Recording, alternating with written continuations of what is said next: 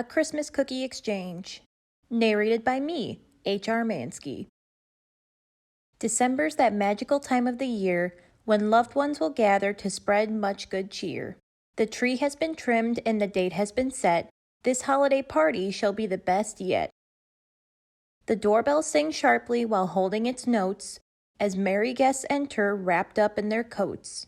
They carry in cookies for swapping around and notice more presents all stacked on the ground.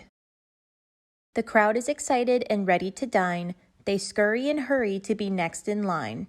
The feast smells divine and the taste will amaze. More cookies are gathered and placed on their trays. Relaxing on lace sheets in neat, tidy rows, they know they look special and strike a fine pose. But one cookie sighs as it lies there so still.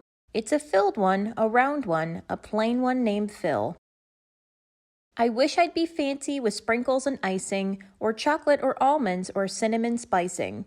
If only they'd choose to pick me, they'd learn that inside I'm as sweet as can be. The gown from Miss Sugar looks stunning and bright. The people adore her well into the night. Poor Phil cries. I wish I'd be fancy with sprinkles and icing, or chocolate or almonds or cinnamon spicing.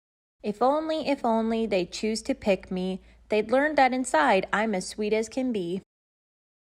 Phil slowly slides left to make room for the man, a ginger who's spicy with more than one fan. Poor Phil spies. I wish I'd be fancy with sprinkles and icing, or chocolate or almonds or cinnamon spicing.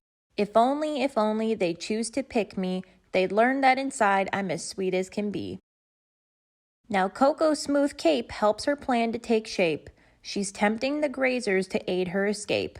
Poor Phil flies.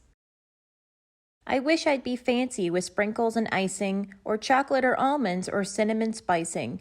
If only they'd choose to pick me, they'd learn that inside I'm as sweet as can be.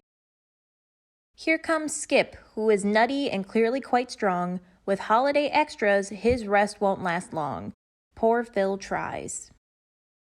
I wish I'd be fancy with sprinkles and icing, or chocolate or almonds or cinnamon spicing. If only they'd choose to pick me, they'd learn that inside I'm as sweet as can be.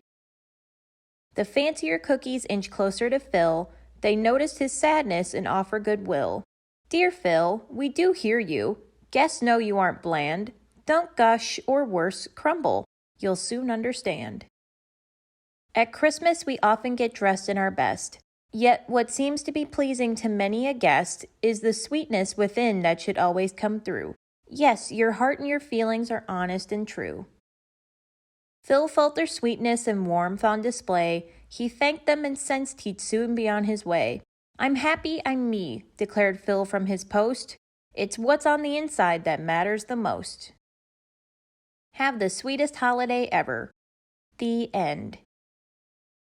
Thank you so much for listening. Be sure to check out the links in the description box. And if you're looking for a fun new book to read my book, Doppy and the Runaway Balloons. A fun rhyming picture book about motivation and determination. I'll see you in the next story time.